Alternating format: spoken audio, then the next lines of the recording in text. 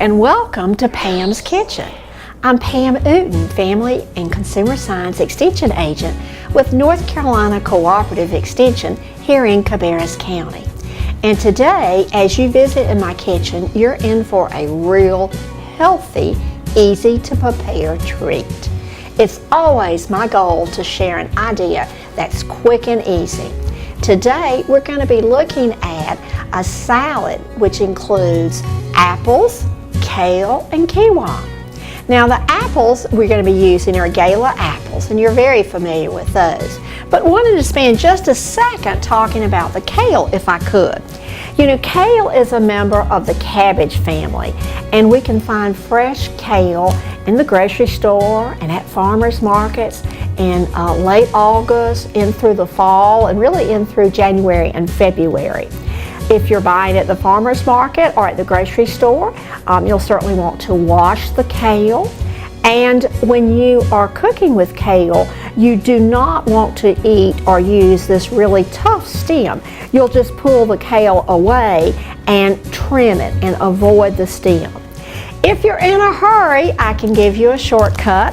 You can buy at the grocery store or supermarket kale that's already been triple washed. And the nice thing about it, it's already chopped and pretty much all the stems are removed. So if you're looking for a time saver, you can certainly buy kale in the grocery store, pretty much already prepared and ready to go. The other thing we're going to be using in this apple, kale, and quinoa salad is the grain quinoa. Now if you look at this, you're thinking it's not pronounced quinoa, but it really is. This is a whole grain. It's kind of a super grain. It provides more protein than any other grain on the market. It first was introduced in the late 70s. It's always been a staple of foods in South America. So we're going to be using some quinoa in the salad. The first thing we want to do is we want to go ahead and prepare your quinoa. And it's a ratio of 1 to 2. So I started out with 1/2 cup quinoa, and I added it to 1 cup boiling water. And then you'll just simply follow your package directions, which tell you to combine the liquid and the boiling water, and well, the boiling water, liquid, and the quinoa, cover it up, stir it, and then set it aside for 5 minutes or so the water can be absorbed by the quinoa. This is such a super protein addition to any salad. I think you'll enjoy it. Kind of has a nutty taste. So we've prepared our quinoa in advance and we've chilled it. This is important when you're making a salad. You can even prepare this the night before, which is what I've done. So we've already added about 6 cups of shredded kale to our salad bowl. We're going to go ahead now and do the dressing we're going to be using. And we've already added 1/2 cup of olive oil, extra virgin olive oil, to the measuring cup. And to that, I'm going to add 1/4 cup of lemon juice. We'll add now 2 tablespoons of honey. And I have to brag on my husband. This is some of his local honey that he's harvested from his bees. And next we will add 1½ teaspoons of Dijon mustard. And this adds a little bit of a spicy taste as well as a mustard flavor. I think you'll like this if you do use Dijon mustard. And the last thing we're going to add is a little bit of salt to taste. Not a lot by any stretch of the imagination. So we're ready now to take our whisk and just whisk this mixture together. And this is something that you can take a few minutes to do, but it's an important part of the salad. This is the homemade dressing you will be using to complete the recipe. So it takes just a second to whisk that. All right. Now, we're going to go ahead and add about 3/4 of the salad dressing to the kale.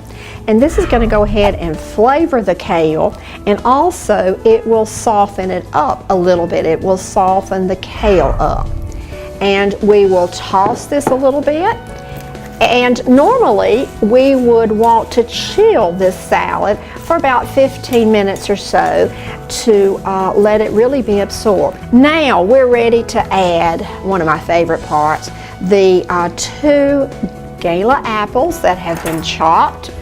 And these have been soaked in a commercial fruit freshener to keep them from changing colors, or you can always soak them in a lemon juice and water mixture and blot the extra liquid off. Then we're going to add the quinoa, and you'll see it comes out kind of grainy, and you want to just kind of mix that up as it's going in. So we're adding the quinoa that has been chilled. You certainly want to make sure it's been chilled.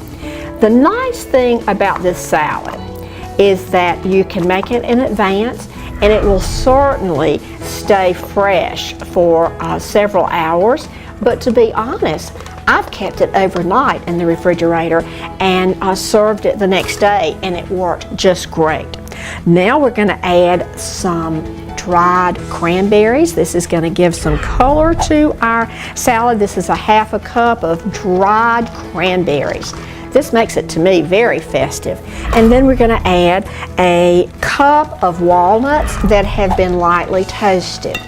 The way you toast walnuts are to place them on a pan in your oven, turn the temperature to about 325 degrees, and toast them for about 5 to 10 minutes until you kind of bring out that special walnut flavor. Now we're going to add the rest of the salad dressing that we've been saving, and we will sprinkle 4 ounces of goat cheese. If you are a person that maybe doesn't want to include goat cheese, that's fine. It certainly adds another texture and adds another flavor that I think you'll like. But if you're not a goat cheese fan, you don't have to include it. Okay, I think we now have all of our ingredients, and we're ready to toss our apple, kale, and quinoa salad. You'll want to chill this a little bit before you serve it. Of course, all your ingredients are chilled already. And the nice thing about apple quinoa salad is it's wonderful the next day too. To me, it's very festive with your cranberries. This was such a quick and easy recipe to prepare. I really hope you'll enjoy eating apple, kale, and quinoa salad at your home. Come back and join us for our next Pam's episode, where we'll also be featuring another healthy and quick meal.